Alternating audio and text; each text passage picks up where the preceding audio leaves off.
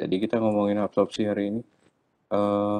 Sebelum ngomongin absorpsi, kita kita compare dulu berbagai jenis sediaan itu bagaimana sih biofarmasetikanya. Jadi ada pendahuluannya dulu. Oke, kita mulai ya.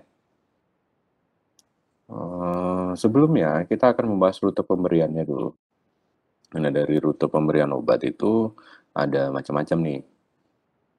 Dari sana, bagaimana dan di mana obat memasuki tubuh itu dipengaruhi oleh rute pemberian obat.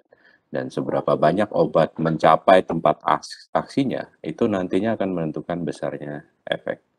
Oke, bisa dipahami ya. Jadi, bagaimana caranya obat masuk dalam tubuh, itu akan mempengaruhi seberapa banyak obat mencapai tempat aksinya. Oke, bayangkan saja ketika ada orang minum obat di saluran cerna, bagaimana dia bisa sampai di kepalanya. Nah, tentunya dia akan melewati saluran cerna dulu, akan ngambil obat, saluran cerna, sampai di saluran cerna, nantinya dia akan terjadi disintegrasi dulu obatnya, habis itu nanti akan diserap. Nah, dari serap sini nanti akan lewat vaskularisasi, ada jantung, nah dari jantung baru dialirkan ke kepala. Banyak kan prosesnya, jadi karena banyaknya proses tersebut, maka akan ada pengaruh seberapa banyak obat itu nanti mencapai aksinya. Obat sakit kepala misalnya, bekerja di sistem saraf pusat, prosesnya lebih panjang. Nah, untuk itu eh, ada beberapa jalur pemberian yang nantinya akan mempengaruhi absorpsi dari obat. Absorpsi ini nantinya akan berkaitan dengan eh, proses transfer dari suatu tempat, satu kompartemen menuju kompartemen lainnya, nanti itu akan sangat dipengaruhi oleh absorpsi obat. Nah, yang menentukan absorpsinya adalah luas permukaan absorpsi. Jadi, luas permukaan absorpsi ini nanti berhubungan dengan berapa banyak yang bisa melewati. Jadi, di saluran pencernaan, kita tahu kan, kita ingat ada di usus misalnya ada lipatan-lipatan. Tujuannya adalah memperluas penyerapan kan. Makanan pun juga semakin luas permukaannya, nanti akan semakin mudah dia terserap. Begitu pula obat. Jadi salah satu rute yang paling gampang untuk masuknya obat adalah saluran pencernaan melalui usus. Nah, usus juga punya beberapa kelebihan. Di antaranya adalah pH-nya, ya nanti akan kita bahas. Di antaranya adalah pH-nya yang relatif cenderung normal sehingga banyak obat yang bisa masuk sana. Lalu banyaknya membran barier yang harus dilewati. Nah, ini salah satu masalah dari saluran pencernaan misalnya. Saluran pencernaan itu nantinya akan eh, saluran pencernaan nantinya akan memiliki banyak barier sebelum bisa diserap dan masuk vaskularisasi lalu dibawakan ke tempat aksinya. Lalu berapa banyak obat yang terdegradasi? Nah, obat yang terdegradasi ini berkaitan dengan prosesnya dia sebelum sampai ke tempat aksi. Eh, Maksud saya adalah gini, ini ada obat nih, ada obat. Dalam obat kan tentu kita tahu tuh ada isinya tidak hanya si obatnya saja. Misalnya paracetamol 500 miligram. Nah, di situ kan ada 500 miligram itu bercampur dengan bahan ikatnya yang kita sebut dengan matriks tablet gitu. Nah, seiring dengan terdegradasinya dari si obatnya ini, nantinya dia akan melepaskan bahan paracetamolnya sedikit demi sedikit. Nah, berapa banyaknya obat yang mampu terlepaskan dalam periode waktu ini nanti juga akan berpengaruh pada absorpsi. Nah, ini kan mau lewat ke sini nih ceritanya. Ini adalah lapisan barier yang ada di saluran pencernaan. Kemudian jumlah jaringan ikatan dengan depo. Bisa protein, bisa sel, bisa jaringan. Nah, ketika dalam bentuk terlepas seperti ini, apakah dia nyangkut nih di permukaan permukaan selnya di sini atau dia bisa langsung nembus saja gitu. Jadi intinya adalah kalau ada ikatan dia tidak bentuk dalam obat bebas. Kalau obatnya tidak dalam bentuk obat bebas, maka dia tidak bisa tertransfer ke vaskularisasi. Tidak bisa tertransfer ke vaskularisasi berarti nggak sampai ke tempat aksi dalam jumlah yang cukup untuk memberikan efek. Nah, itu pengaruh pemberian obat ya. Nah, yang berkaitan dengan absorpsi. Lalu kita flashback lagi, secara lebih besar, rute pemberian itu ada beberapa sih, ada intravaskular, ada ekstravaskular. Nah, intravaskular itu uh, adalah langsung ke vaskularisasi, bisa intravena, bisa intraarteri, bisa intrakardial. Kalau intravena langsung di vena, kalau intraarteri ke arterinya, kalau intrakardial langsung ke jantung. Ya.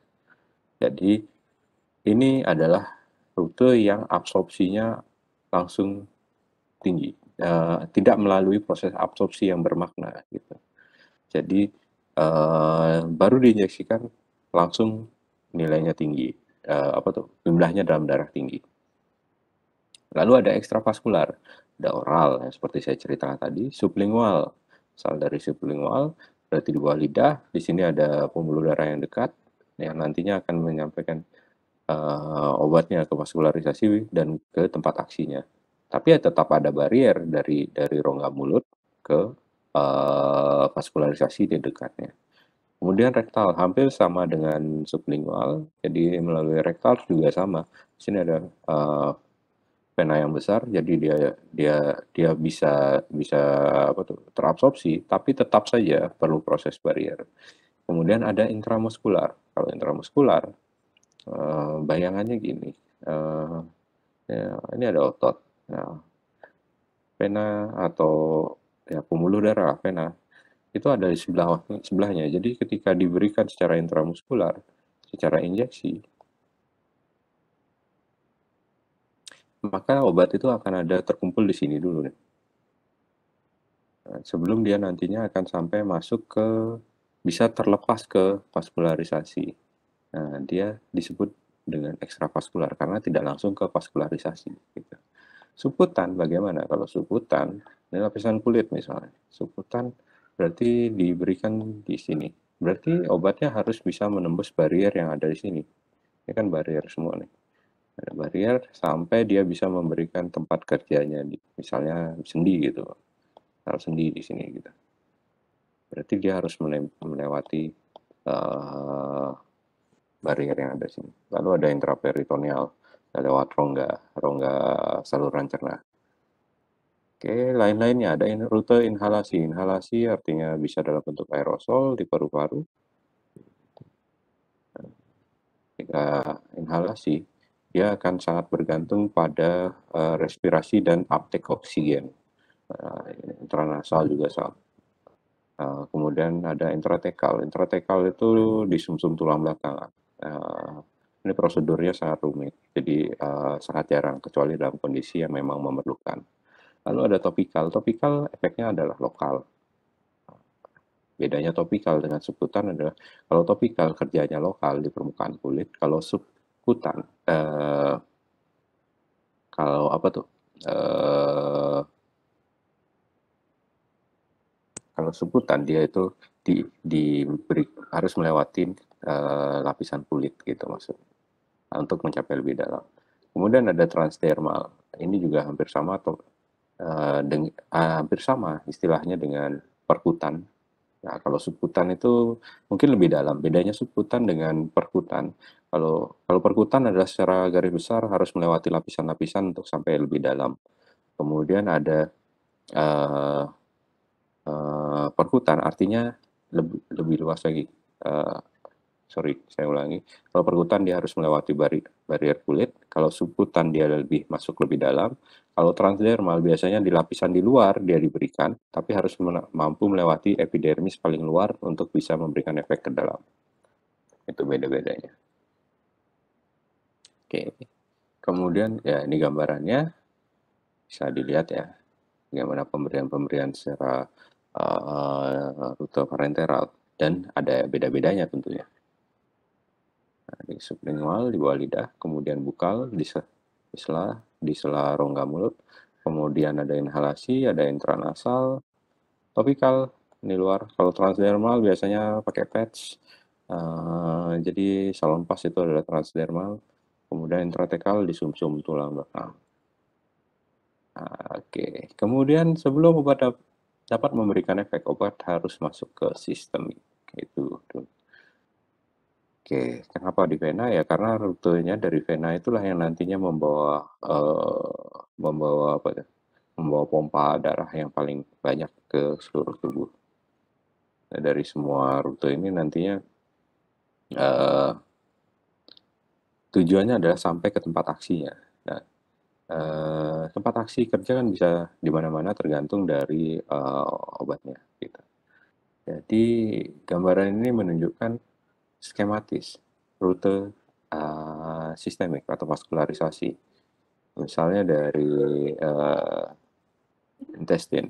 Kita ambil contohnya adalah tablet. Tablet itu rute pembuluh darah atau rute vaskularisasinya itu akan melewati liver dulu sehingga akan mengalami first pass metabolisme. Jadi dia akan di metabolisme dulu di hati, baru dibawa ke jantung kanan dan jantung kanan ya. Ya, yang memompa darah seluruh tubuh kan di kiri. Nah, jadi di jantung sebelah sini lah. Sebelah sini kemudian ke paru-paru dulu, baru kemudian dipompakan ke ruang jantung sebelah kiri, lalu baru dipompa seluruh tubuh gitu. Nah, dari proses ini artinya kalau obat saya ambil contoh obatnya adalah tablet yang melalui saluran pencernaan, berarti dia akan melewati hati dulu, baru melewati jantung, baru kemudian melewati paru-paru, baru melewati tempat apa tuh tempat pompa darah seluruh tubuh yaitu di bilik kiri, yaitu ke otak dan seluruh sisa dari bagian tubuh yang lain. Jadi prosesnya panjang kan. Nah, lalu apa? Contoh yang lainnya misalnya adalah dari inhalasi. Oke, dari inhalasi itu prosesnya uptake obatnya dari alveoli. Di sini ada kapiler, kemudian dia nantinya akan dipompakan seluruh tubuh ke kotak, kemudian ke bagian tubuh yang lain. Jadi skematis ini sangat diperlukan untuk mempertimbangkan apa saja yang akan dilewati oleh obat, organ apa saja yang akan dilewati oleh obat untuk mencapai target kerjanya. Kalau misalnya ke kepala, kalau secara skematis, obat yang bekerja di saraf pusat lewat saluran pencernaan itu melalui rute yang lebih jauh daripada pemberian lewat inhalasi, ya kan? Kalau inhalasi dia langsung lewat satu step aja. Oke, saya lanjutkan ke modenya. Bagaimana kalau obat itu langsung masuk sistemik? Itu konsentrasi obat dalam darahnya itu langsung tinggi. Secara intravena dia akan langsung tinggi. Kemudian kalau mana ya, salah saya. Kalau intravena dia langsung tinggi, langsung 100%, tapi langsung berkurang jumlahnya dengan cepat. Kemudian kalau intramuskular dia perlu lag time segini ini, ya, untuk dia itu pelepasan dari muscle atau otot ke vaskularisasi. Kemudian subkutan juga sama, dia perlu waktu segini untuk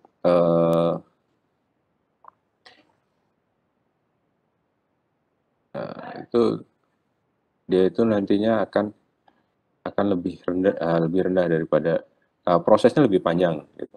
Kemudian kalau oral bagaimana? Prosesnya jauh lebih panjang lagi karena memerlukan waktu yang rute yang lebih panjang daripada intravena, intramuskular dan sub.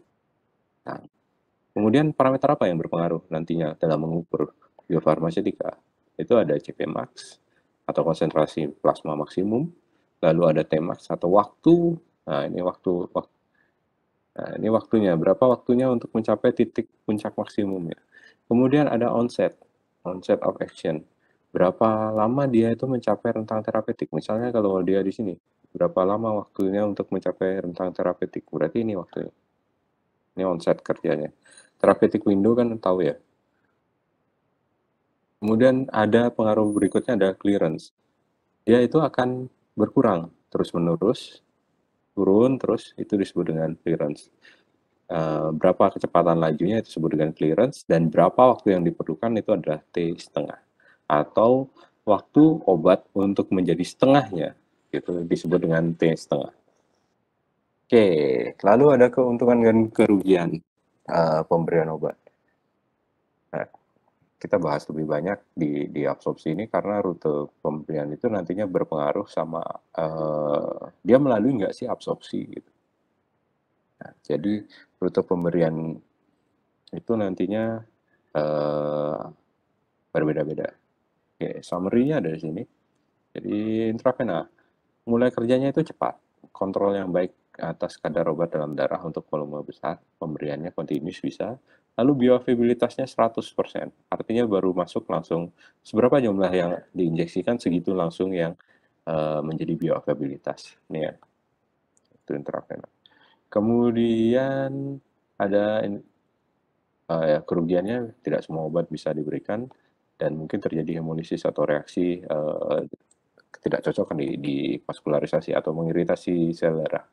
Jadi dia bisa terjadi hemolisis. Berikutnya ada intramuskular. Keuntungan dari intramuskular adalah tidak melalui first pass effect.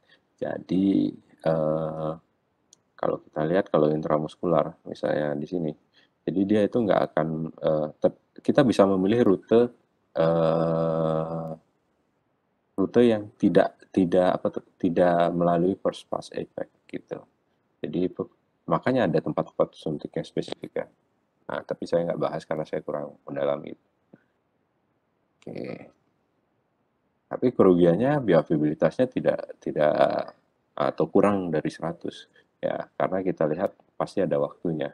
Ini pasti ada perbedaannya antara yang eh, misalnya ini intravena kan, berarti ya kalau dari grafiknya pun kita bisa melihat ada gapnya. Jadi antara intramuskular dengan intravena itu intramuskular nggak 100% obatnya bisa ke vaskularisasi. Kemudian kerugian lainnya adalah memerlukan volume yang lebih besar, kemudian mungkin ada rasa nyeri. Lalu ada rute subkutan. Nah, rute subkutan itu absorpsinya lebih kecil daripada intramuskular dan volumenya juga lebih kecil dari intramuskular. Kemampuan, maksudnya volume pemberiannya, nggak bisa sebanyak dari si intramuskular. Kemudian ada rasa nyeri dan bioavailabilitasnya lebih kecil lagi daripada si intramuskular.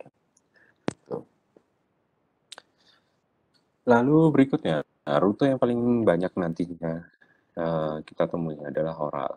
Nah, kebanyakan sesuai dengan sifat fisikokimia obat dan paling sering digunakan. Inilah alasan kenapa banyak obat dalam bentuk tablet atau obat minum gitu. Karena sifat fisikokimia obat. Jadi hanya sedikit obat-obatan yang bisa langsung diberikan ke vaskularisasi, langsung bisa diterima di vaskularisasi dalam jumlah yang besar. Sehingga rute oral itu menjadi salah satu pertimbangan yang paling aman gitu. Karena ada prosesnya, ada proses barier yang juga nantinya bisa mengurangi sifat risiko kimia obat. Kerugiannya bioavailabilitas tentu tidak 100%, lalu mengalami first pass effect. Dan berikutnya paling rumit, paling bervariasi mencapai jaringan absorpsi tergantung dari jenis obatnya. Oke. Saya lanjutkan ada rute rektal, onsetnya cepat, efek first pass effect-nya hanya sebagian kita bisa amati di sini, misalnya pada rektal. Kalau rektal itu nantinya tidak mengalami, nggak ada gambarnya.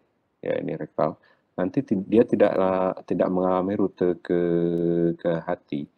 Hanya sedikit yang mengalami rute ke hati karena hanya sedikit rute vaskularisasi yang melalui hati.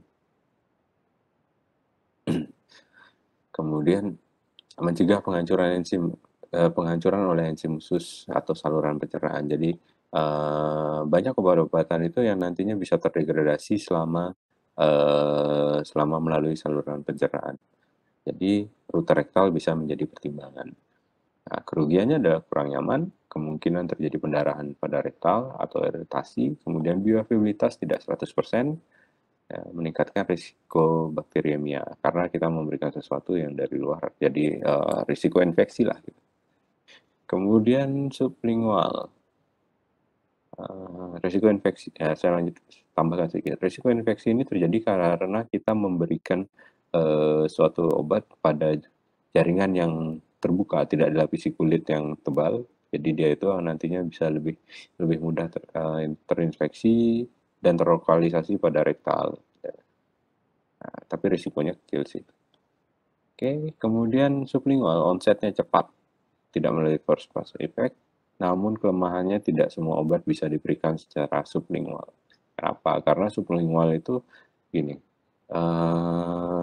taruh obat di bawah lidah. Dan nantinya dia itu kalau obatnya di bawah lidah mampu nggak bahan obatnya itu terlepas dengan eh, terlepas dengan baik di sana. Apakah dia mampu melewati barrier di sana dengan cepat gitu dalam jumlah yang banyak. Lalu dari segi formulanya bisa nggak dia itu menjadi sebuah apa tuh,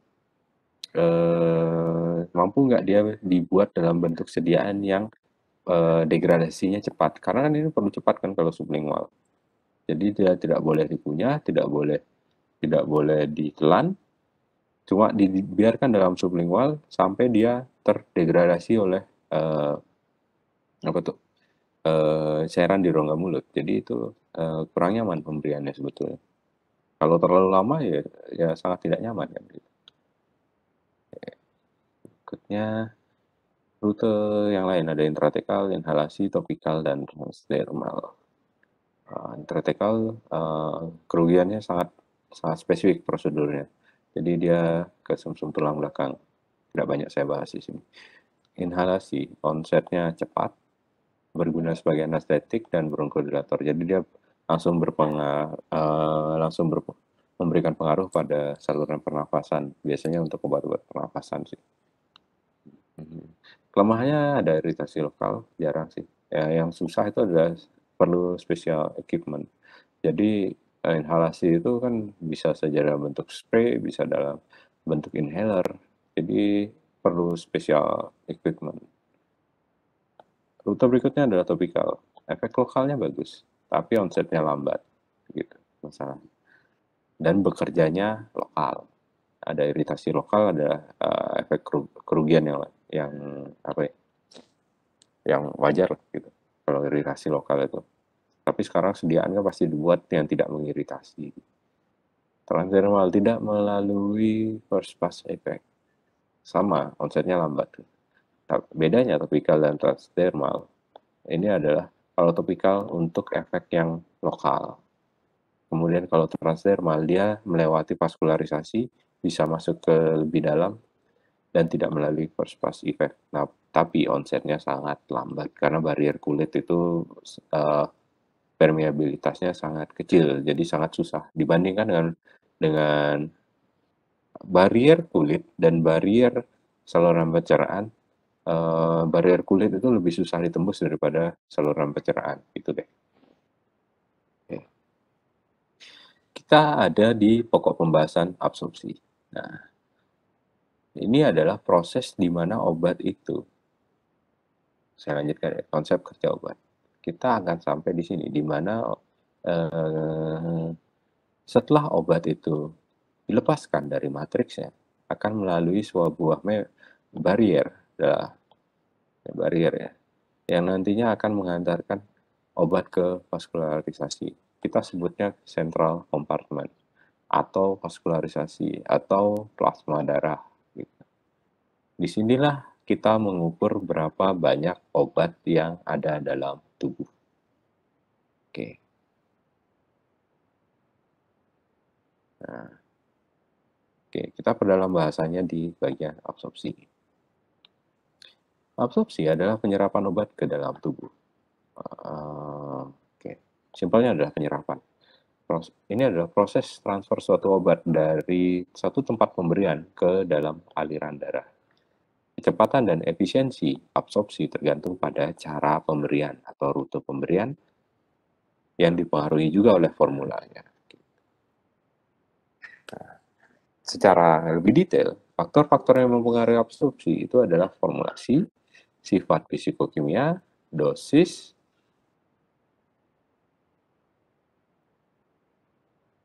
kemudian rute pemberian, lalu stabilitas terhadap asam dan enzim, kemudian kalau absorpsi lainnya misalnya adalah motalitas usus, makanan pada lambung, kemudian derajat metabolisme lintas pertama, lalu ada kelarutan dalam lemak dan integritas membran. Oke, ini adalah contoh faktor yang berpengaruh di GIT atau gastrointestinal tract atau saluran pencernaan. Lebih banyak yang ini. Nah, kalau di barier yang lain, absorpsinya bisa dipengaruhi oleh faktor yang lain. Tapi karena banyak obat yang lalu melalui saluran pencernaan ya kita lebih banyak ngomongin yang di gastrointestinal tract-nya dulu. Oke. Sebelum kita membahas absorpsi, proses absorpsinya, kita harus mengenal bariernya apa. Nah, barier itu ditentukan oleh struktur dan sifat dari membran. Untuk masuk dalam tubuh dan mencapai jaringan, obat harus berpenetrasi di membran epitel yang melapisi organ dalam tubuh. Nah, ini terdiri dari deretan sel yang dihubungkan oleh celah berisi air. Membran sel terdiri dari lapisan fosfolipid dan lipoprotein. Dua lapisan lipid terarah sedemikian rupa dan ujung polarnya mengarah pada medium air dan atau keluar sel. Gambarannya ada nggak? Ada ya? Nggak ada gambarnya. Oke, saya gambar tadi. Oke. Pernah dengar lipid bilayer? Oke. Ini kepala fosfat. Dan ini ekor lipid. Sebetulnya bentuknya agak-agak zigzag gitu, tapi untuk mempermudah. Oke. Ya. Nah, ini lapisan bilayernya ini. Nantinya yang akan menjadi barier. Nah, absorpsi sangat dipengaruhi oleh lapisan bilayer ini. Jadi masih ingat, mungkin udah pernah dikasih tahu tentang hukum Fick belum ya? Atau sudah? Nah, coba kita bahas lagi di sini. Jadi kita lanjut. Membran itu adalah barier menuju vaskularisasi, tersusun dari lipid, protein, lipoprotein, dan polisakarida. Bersifat semi-permeable dan selektif permeable. Untuk absorpsi obat sendiri, mekanismenya dapat terjadi lewat difusi pasif, bisa lewat pori, bisa transport aktif, atau eng-eng. Ini apa ya? Nah, nanti aja kalau ketemu. Lupa saya ngungkapin. Kemudian absorpsi melalui membran. Kita coba bahas. Jadi kalau obat yang polar, ukurannya kecil, maka dia bisa melalui pori. Kalau dia besar dan sifatnya polar, dia akan melalui transport khusus atau transport aktif atau transport difusi yang dipermudah. Bagaimana kalau dia itu non-polar atau molekul lipid? Nah, maka dia akan melalui difusi pasif melalui membran lipid. Oke, bayangkan di sini adalah membran yang lipid bilayer itu. Nah, lipid bilayer, jadi sini fosfat dan kemudian ini lipidnya.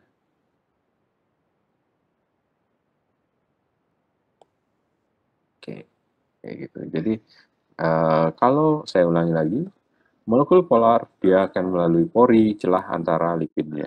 Jadi dia itu ya seperti apa ya? Dia banyak kan gitu, tapi pasti ada celah di antaranya dia gitu. Nah, celahnya itu disebut pori. Nah, porinya biasanya dilapisi oleh protein-protein di sini, porin. Gitu. Kemudian kalau dia polar besar, maka dia harus difusi, harus transport khusus, yaitu adalah transport aktif atau difusi terfasilitasi. Saya ulangi lagi, yang molekul lipid dia akan bisa lewat dengan mudah melalui difusi pasif. Oke. Variasi absorpsi obat melalui membran. Nah, karena adanya variasi inilah mekanismenya menjadi lebih kompleks dan faktor yang berpengaruh lebih banyak. Oke. Memang caranya banyak sih, tapi biasanya yang kita ukur adalah berapa banyak sih obat yang mampu melewati. Jadi jarang sekali ya kecuali untuk penelitian, jarang sekali kita mengetahui kita mengukur berapa yang difusi, berapa yang endositosis, berapa yang terfasilitasi. Biasanya kita melihat berapa obat yang mampu terabsorpsi dengan membrannya. Nah, tipe transportnya misalnya difusi, dia akan mentransport non-elektrolit dan unionized drug. Jadi dia itu akan mentransport yang tidak bermuatan, obat yang tidak bermuatan, atau obat dalam bentuk garamnya yang sifatnya asam lemah atau basa lemah. Jadi dia akan melalui difusi dengan mudah. Oke, berikutnya saya lanjutkan filtrasi atau lewat pori. Jadi ini bergantung pada ukuran dari molekulnya. Kalau molekulnya bisa lewat pori, dia akan lewat dengan mudah. Oke. Lalu ada endositosis. Ini tergantung dari vesikel. Apakah vesikelnya itu nantinya bisa menangkap?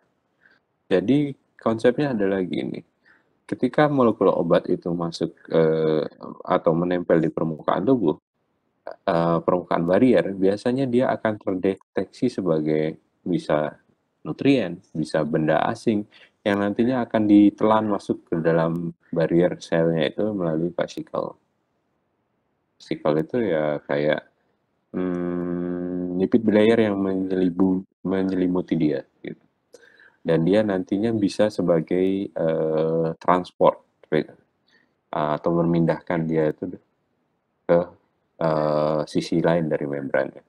Cuma ini kapasitasnya sangat kecil kan. Jadi menunggu jumlah vesikel yang terbentuk gitu.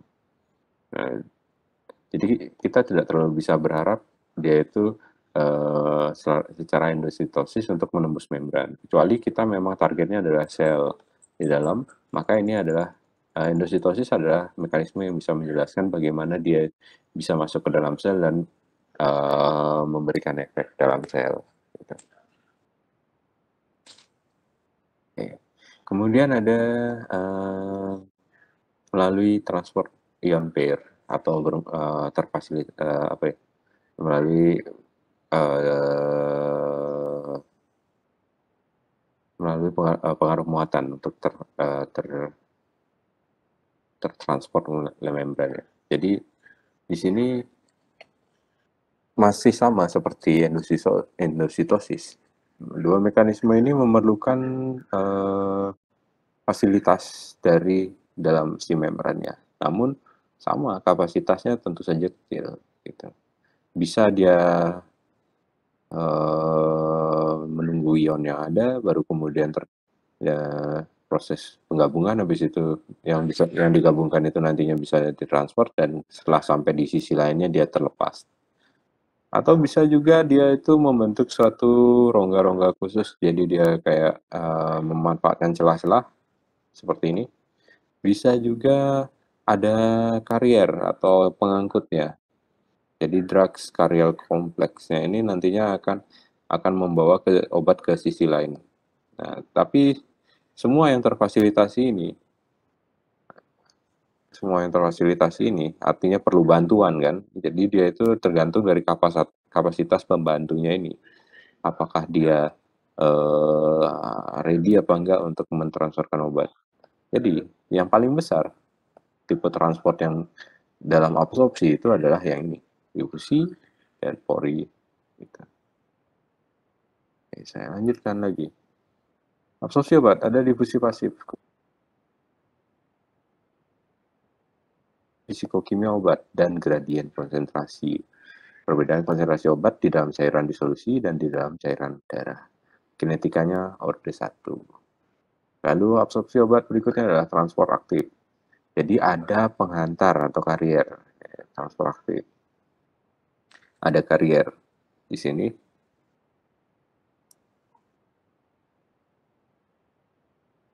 Nanti ada karier yang berikatan dengan molekul obat dan mengantarkan obat melintasi membran dan melepasnya di sisi sebelahnya.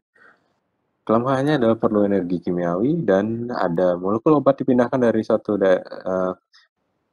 dia mampu memindahkan molekul obat dari daerah konsentrasinya rendah ke konsentrasi tinggi. Jadi bisa melawan gradien, tapi energinya tinggi dan perlu ada limitnya. Gitu. Ini kayak gambarannya bagaimana absorpsi menggunakan karier. Sama seperti tadi sih. Ini obat nih. Obat yang titik-titik ini adalah obat di dalam saluran gastrointestinal. Ya. Nah, ini membran gastrointestinal. Sifatnya adalah lipid. Nanti, obat-obat yang ada di dalam sini itu akan dibawa oleh karier dan kemudian dilepaskan di sini. Nah, ini dilepaskan obatnya dan nantinya akan menuju darah atau sirkulasi portal gitu. Jadi ada pengangkutnya. Ini adalah gambaran dari transport aktif melalui gastrointestinal. Kemudian jika dia melalui difusi pasif, kita kembali lagi ke difusi pasif ya. Difusi pasif. Faktor yang berpengaruh pada difusi pasif itu adalah hukum Fick tentang difusi. Difusi pasif itu adalah perpindahan molekul obat dari daerah berkonsentrasi tinggi ke konsentrasi rendah. Jadi laju difusi menurut hukum Fick adalah delta konsentrasi, perbedaan konsentrasi dengan perbedaan waktu. Jadi delta konsentrasi per delta waktu pada konsentrasi tertentu dan selama waktu tertentu itu sebanding dengan koefisien permeabilitas suatu spesifik dikalikan dengan konsentrasi di gastrointestinal dikurangi dengan konsentrasi di darah. Jadi laju difusi itu bisa diukur ini adalah laju difusi itu bisa diukur dengan mengukur perpindahan konsentrasi dikalikan koefisien permeabilitas spesifik. Oke. Nah, bila diturunkan lagi ada faktor-faktor lagi yang bisa berpengaruh. Ini adalah ketebalan membran, kemudian luas permukaan absorpsi, kemudian ada konsentrasi laju distribusi, ya. Nih, ada. Jadi di sini ada koefisien partisi dari membran ke cairan, ya. Kemudian A itu adalah luas permukaan. Semakin luas permukaan, semakin gampang obat terdifusi, ya kan? Kalau semakin sempit, dia perlu nunggu lagi kan untuk terdifusi. Kalau semakin luas, dia akan lebih banyak yang terdifusi. Kemudian ketebalan membran. Ketebalan membran juga berpengaruh. Semakin tebal, semakin susah ditembus. Kemudian ada koefisien difusi obat. Koefisien difusi ini biasanya ditentukan oleh sifat fisikokimia obat. Oke, ini adalah hukum Fick's-nya. Jadi dasarnya adalah perpindahan konsentrasi bisa untuk mengukur laju difusi, lalu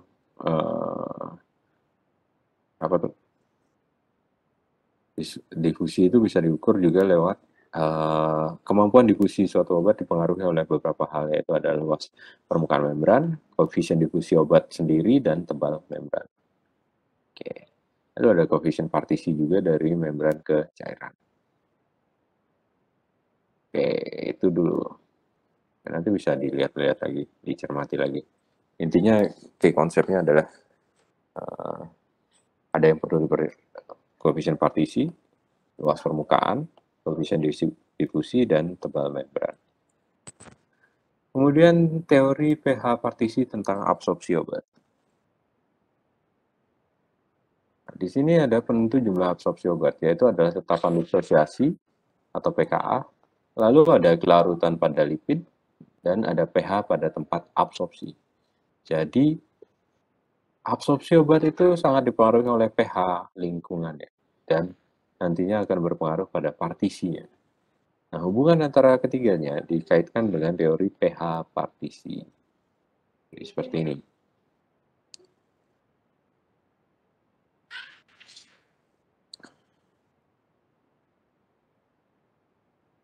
Oke, saya lanjutkan. Pada plasma dan pada gastrik. Oke. Gastrik itu lambung ya. Ini obat di lambung, ini obat di plasma. Pada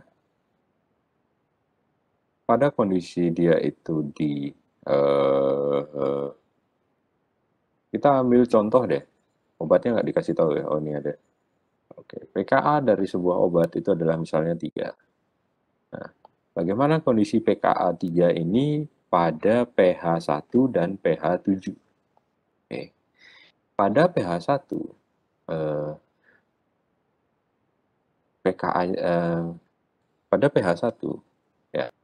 Jadi dia itu perhitungan derajat disosiasinya adalah 3 kurangi 1, artinya pKa dikurangi pH itu sebanding dengan log disosiasinya. Jadi disosiasi yang terjadi adalah 1 apa tuh? 1 dibagi 0,1. 0,01.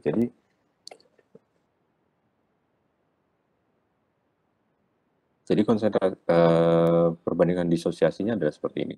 Nah, kemudian kalau dia pada pH yang lebih rendah, pada pH yang lebih tinggi, maka kondisinya dia itu adalah dalam kondisi terionisasi lebih tinggi daripada dia di pH 1.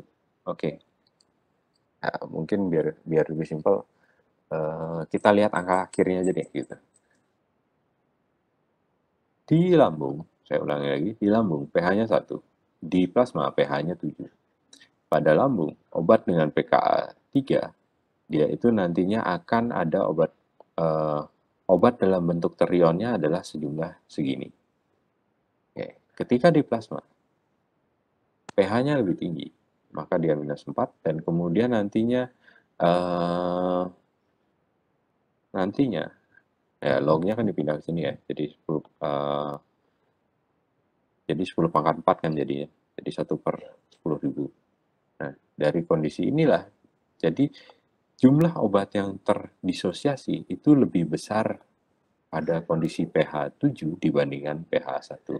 Dan di sini ada note-nya, ada ion trapping. Artinya, dalam bentuk obat yang terion, dia akan tertahan di plasma dan tidak bisa didistribusikan ke tempat lainnya. Nah, ini yang kita sebut dengan ion trapping. Dia ada dalam jumlah terion besar di dalam plasma darah. Ini adalah tantangan dari obat dengan pKa tertentu.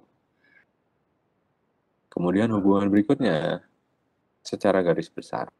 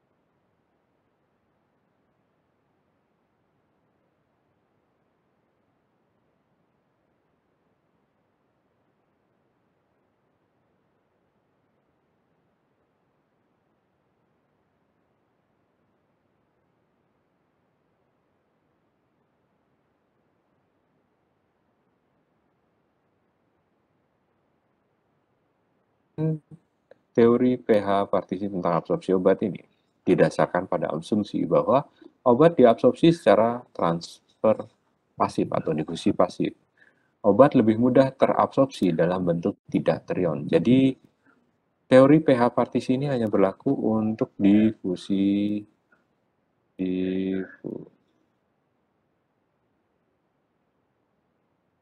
susah nulisnya difusi masih.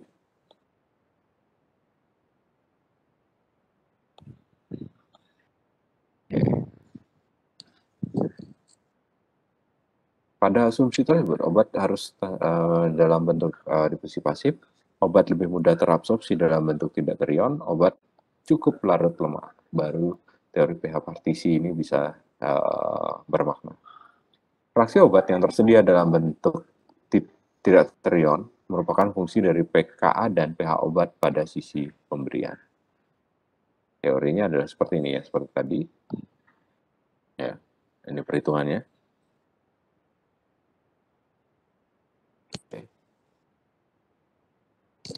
Dan di sini ada fraksi terion dan fraksi tidak terion. Kalau di sini bisa dicermati, ini adalah yang tidak terion ya. Asal nggak isi positif, nggak isi negatif, artinya tidak terion gitu. Kalau ada logo negatif atau ada logo positif, berarti dia terion. Gitu. Nah, ini contohnya nih. Obat B gitu, dia berikatan dengan proton dan yang terion, maka dia akan dalam bentuk terionnya nih. Terion positif, yang ini terion negatif. Obat terion tidak bisa melewati membran. Itu yang perlu dicatat. Sehingga nantinya derajat ionisasi menurut persamaan Henderson-Hasselbalch. Nah, ini adalah persamaan Henderson-Hasselbalch.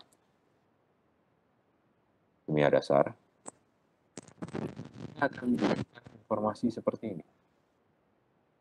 Oke, pKa obat itu berbeda-beda. Ini sangat dipengaruhi oleh struktur kimianya. Oke, dan bagaimana pH on-site-nya, tempat penyerapannya.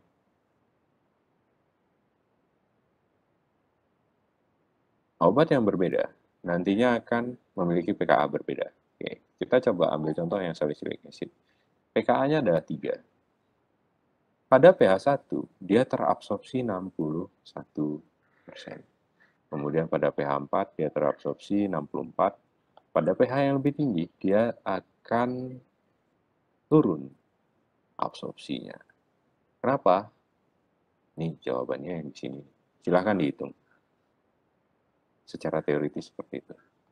Nah, ini adalah data dari pengujian secara eksperimental ya. Begitu juga yang basah. Cuma perbedaannya kalau yang basah itu ada kondisi optimum di mana dia polanya itu agak berbeda. Jadi kalau basah itu terionisasinya pada kondisi yang dia itu kalau di saluran cerna dia itu akan terionisasi di kondisi yang sangat ekstrim atau yang kondisi yang yang jauh dari agak jauh kondisi ekstrim atau yang jauh dari pKa-nya. Jadi contohnya contoh. Misalnya kita lihat dextrometorphan. Oke. Di 1, dia kan jauh nih dari pKa-nya. Maka jumlah obat terionnya itu sangat tinggi sekali. Jadi dia tidak mungkin terabsorpsi di pH 1. pH 1 ini ada di mana? Di gastrik atau di lambung. Kemudian bagaimana kalau di intestine? Jadi dia pH 8. Nah, ini ada 2 pH 8. Yang I itu adalah intestine atau usus, yang G itu adalah lambung. Jadi dextrometorphan itu terserapnya hanya 16% pada gastrik. Gitu. Nah, kenapa bisa di gastrik saja? Ya karena gastrik duluan sih, baru di intestine. Ya kan, kalau saluran pencernaan kan di gastrik dulu, baru intestine ya.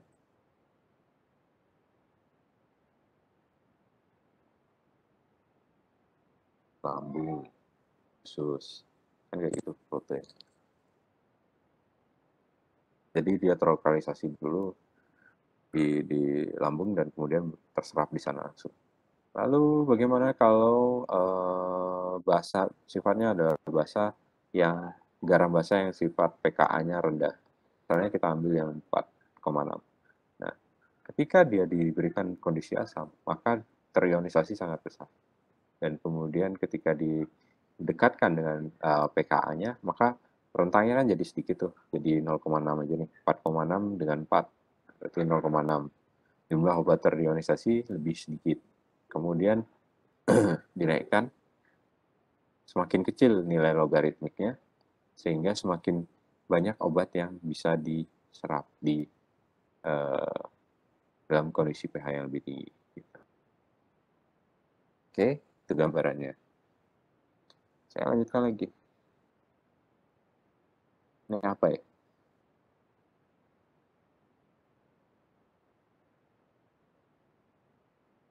Oh, ini adalah gambaran morfologi. Harusnya ini sih di depan sih tadi. Bagaimana bariernya? Ya, jadi nanti saya perbaiki dulu tempat slide-nya. Nah, ini lipid bilayer. Jadi bagaimana membran-membran itu ya kayak gini. Di permukaan sini ada lipid bilayer. Kemudian ini adalah sel-selnya, bisa epidermisnya. Kemudian proses absorpsi itu adalah bagaimana dari sini bisa nembus. Gitu aja gampang. Oke, ini absorpsi dari gastrointestinal, dari saluran cerna, gastro, lambung, intestin, usus. Saluran lambung usus sebetulnya, kalau diterjemahkan secara harfiah gastrointestinal. Tapi kita menerjemahkan saluran pencernaan. Oke, molekul obat yang melintasi saluran gastrointestinal akan menghadapi berbagai suasana lingkungan yang berkaitan dengan pH, enzim, elektrolit, dan sifat permukaan, termasuk viskositas dari cairan gastrointestinal. Di sini ada cairan. Semuanya akan mempengaruhi absorpsi obat. Banyak tempat di sini yang bisa. Nah, sebetulnya kan epitel sini nih yang bisa kalau di lambung epitel ini yang sebagai barier. Nah, ini kelenjar gastrik bentuknya kayak gini, kelenjar pilorusnya kayak gini.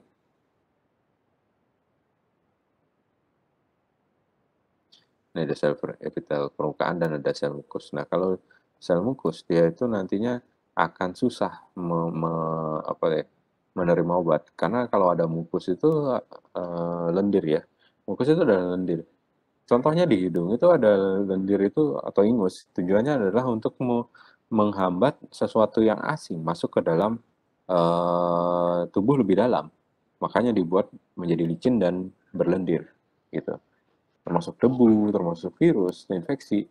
Ketika kita mengalami suatu kejahatan dari faktor luar yang masuk ke dalam tubuh, misalnya melalui saluran pernafasan, bersin adalah respon pertama, kemudian selalu akan disusul dengan adanya ingus. Nah, itu tujuannya adalah melapisi dan membuang. Nah, ini akan ada kelenjar ingus di gastrik. Jadi susah. Oke. Saluran gastrointestinal ini suplai darahnya sangat banyak. Dilapisi dengan membran mukosa, tempat obat yang mudah berpindah ke vaskularisasi, kemudian permukaannya memiliki bagian dalam lambung memiliki permukaan bagian dalam dari lambung relatif halus, lalu usus halus memiliki banyak lipatan, lalu banyak cairan sehingga bisa proses disolusi dari sediaan obat, ya, cairan untuk disolusi, lalu perfusi oleh banyak jaringan kapiler dan memungkinkan absorpsi dan distribusi obat. Jadi itu keuntungannya. Dia tempatnya luas untuk mengantarkan obat. Gitu. Nah, ini ada variasi pH-nya. Variasi pH sangat dipengaruhi oleh kondisi tubuh. Ini juga nantinya akan menjelaskan kenapa obat setelah makan, sebelum makan, pada saat lambung kosong atau pada saat ada makanan. Ya. Jawabannya adalah misalnya kita ada obat dengan tanda diminum sesudah makan, diminum sesudah makan gitu. Itu artinya adalah dipengaruhi oleh pengosongan lambung. Kalau kalau lambungnya terisi, maka absorpsinya akan susah. Selain itu, pH lambung juga akan lebih meningkat ketika ada makanan dan psikokimia obat juga pastinya akan dipengaruhi. Jika dia ada pH-nya naik sehingga nantinya misalnya pH-nya naik kemudian pKa obatnya dekat, maka dia akan terionisasi. Nah, dia nggak akan terserap dengan baik gitu. Itu misal itu menjadi alasan berganda dari kenapa ada pengaturan minum obat gitu. pH juga berpengaruh di sini gitu. Kemudian dari atas ke bawah dia itu ada di usus 12 jari, dia pH-nya masih relatif rendah di ileum atau ileum di usus apa ya? Usus besar ya. Ya, di sini baru pH-nya usus halus ya, lupa saya. Usus halus. Kolon baru usus besar. Di usus halus inilah pH-nya stabil, pH tengah. Jadi banyak kan bisa, tapi ya tergantung juga sih, tergantung sifat risikonya obat. Tapi perlu proses yang panjang, artinya dia harus melewati lambung. Matriks obatnya tidak boleh hancur di lambung kan. Kalau terdegradasi di lambung berarti dia akan hilang juga obatnya di lambung. Gitu. Oke, ya ini variasi pH yang berpengaruh pada bioavailabilitasnya dan absorpsinya nanti. Lambung pH-nya 1-3, umumnya 1-2,5. Aslinya ya ini secara fisiologis lah, nggak perlu terlalu banyak. Sediaan obat dapat bertahan di lambung 0,5 sampai 2 jam dan kemudian dipindah ke pilorus dan duodenum. Perpindahan obat sangat cepat bila lambung kosong atau puasa dan sangat lambat bila ada makanan. Nah, perpindahan waktu pengosongan lambung ini akan dipengaruhi oleh makanan, volume cairan, viskositas, dan suhu. Kalau di duodenum, obat berhadapan dengan perubahan pH yang drastis, lalu mengalami reaksi enzimatis dari hati dan pankreas. Oke, di sini itu mekanismenya adalah ada ini hati, kemudian ada sekresi dari pankreas. Sini enzimatik. Dia harus tahan dulu itu kalau mau diserap di ileum atau usus halus. Oke. Duodenum, jejunum, dan bagian atas ileum menyediakan luas permukaan yang sangat besar dan efisien untuk tempat absorpsi obat. Lalu ada Danjat Fili yang menyediakan area permukaan. Kita ingat lagi, tadi ada hukum fix. Kita balik lagi ke hukum fix. Mana hukum fix? Ya, luas permukaan membran atau si A ini. Semakin tinggi A, maka semakin banyak difusinya. Ya. Nah, ini adalah salah satu upaya tubuh kita untuk ya, salah satu upaya, bukan upaya tubuh kita, salah satu ketersediaan anugerah dari tubuh kita yang memang punya fili yang menyediakan area permukaan yang sangat luas. Nah, ini dasarnya untuk makanan sih sebetulnya, untuk penyerapan makanan. Sehingga transport dan absorpsi itu sangat banyak di sini. Kemudian jaringan kapiler di sekitar fili dan mikrofili menjadi jalur utama untuk mencapai sistemnya. Lalu ada absorpsi melalui rute yang lain, misalnya rute bukal atau sublingual. Tempat absorpsinya di rongga mulut dan rongga tenggorokan. Sistemnya sama, harus memiliki sifat absorpsi yang baik untuk senyawa yang tidak terionisasi dan lipofil. Cuma kelemahannya adalah cairannya sedikit, sehingga disolusi atau pelepasan obatnya lebih lambat. Keuntungannya, tidak ada gangguan dari saluran pencernaan, kemudian tidak melewati hati, dan khusus untuk obat yang mudah diabsorpsi saja. Kemudian absorpsi melalui rektum. Nah, alur melalui first pass metabolism di hati bisa dihindari karena bagian yang diabsorpsi adalah 2/3 bagian bawah rektum langsung mencapai vena cava inferior. Jadi tidak melalui vena porta. Kalau melalui vena porta dia akan melalui ke si hati. Jadi lewat vena cava inferior itu dia itu jalur bypass ke seluruh tubuh tanpa melewati hati. Oke. Absorpsi melalui paru-paru ya sama seperti di tubuh lainnya, cuma yang berbeda adalah Dari semua ini, dari sublingual, rektum, paru-paru, semuanya itu dipengaruhi oleh fisiologis dari tempatnya tersebut. Mekanisme absorpsinya sama, bagaimana dia bisa menembus membran. Cuma yang berpengaruh adalah ketersediaannya atau gangguannya selama di membran. Kalau di paru-paru, dia itu obat itu cenderung dalam bentuk gas kan ya. Artinya dia itu dalam droplet-droplet gas yang nantinya melalui paru-paru untuk bisa ini dropletnya, misalnya ini alveolus. Di dalam alveolus ini ada pembuluh darah banyak. Oke. Satu alveolus. Jadi dia itu si obatnya ini harus bisa dalam bentuk gas yang nantinya bisa masuk alveolus. Nah, yang berpengaruh dalam paru-paru apa? Respirasi. Dia dihirup, berapa lama dia tahan, dan berapa banyak kemampuan respirasi dari si alveolus. Kulit. Nah, sama absorpsi pada kulit, cuma bedanya kalau kulit kan membran luar ya, dan kemudian dia itu lebih tebal. Sifatnya sangat impermeable. Secara fisiologis tidak punya fungsi absorpsi. Absorpsi itu bisa terjadi di transepidermal dengan kemampuan absorpsi jauh lebih kecil daripada mukosa. Oke, yang perlu kita ingat apa bedanya epidermis sama mukosa?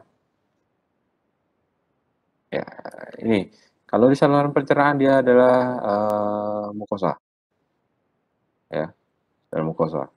Kemudian kalau hmm, kalau dia itu di kulit, dia itu akan melalui epidermal dan banyak stratum corneum, kemudian ada kelenjar-kelenjar. Kita ingat di sini. Nah, salah satu-satunya yang bisa bisa menjadi barrier absorpsi adalah stratum corneum.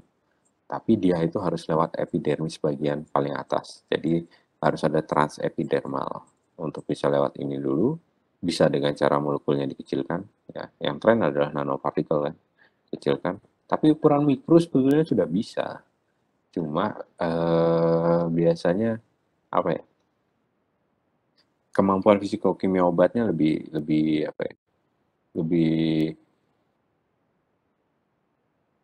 lebih kelihatan daripada yang nano. Kalau nano kan jumlahnya kecil-kecil, jadi dia itu ceritanya lebih gampang dilewatin. Cuma lebih gampang dilewatin belum tentu absorpsinya lebih bagus juga. Ada banyak faktor. Ketika dia dalam bentuk yang kecil, dia itu lebih gampang menumpuk menjadi agregat di dalam. Ada banyak masalah lagi berikutnya. Ya, ya banyak pertimbangan lah. Nah, ini.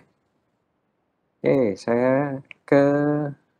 Nah, ini udah mulai agak akhir. Ada bioavailability.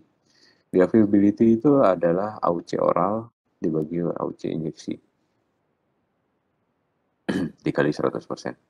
Jadi eh, atau gampangnya adalah jumlah obat yang diberikan secara bioavailabilitas oral deh ini dulu, oral. Nah, kalau dia oral, AUC oral per AUC injeksi. Kenapa AUC injeksi? Ini adalah jumlah obat yang langsung diterima di darah. Jadi ini adalah perbandingan bioavailabilitasnya berapa persen. Nah, ini jarak yang oral kan ya. Nah, ini ada injeksi. Nah, kalau dia dalam bentuk obat yang lain, mungkin bentuknya kayak gini. AUC-nya bisa AUC apa misalnya AUC intramuskular gitu. Itu akan memberikan makna bioavailabilitas juga. AUC itu adalah area under curve, area bawah kurva. Ini adalah kurvanya. Area bawah kurva adalah yang ini.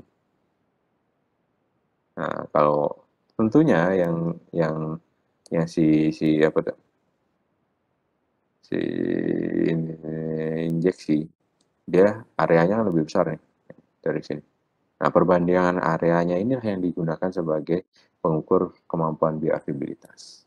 Oke, terima kasih. Oke, saya sampaikan di sini. Semoga memberikan informasi. Ya, udah jam 1 sih.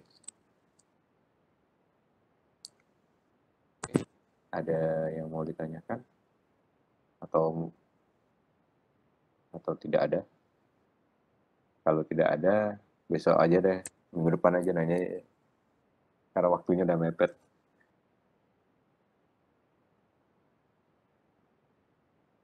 Oke, maaf ya. Tadi saya belum ada pertanyaan, Pak. Ya, nanti dilihat-lihat aja lagi. Jadi konsep-konsep dasar tentang teori obat dan bioavailabilitas itu nantinya akan menjawab banyak hal tentang penggunaan obat, bagaimana cara formulasi, terus apa yang berpengaruh pada formulasi. Itu ya. Itu aja yang pengen saya sampaikan. Terima kasih sudah mau mendengarkan. Saya close ya. Ya, Pak. Terima kasih banyak. Selamat siang. Terima kasih Pak, selamat siang. Terima kasih, Pak.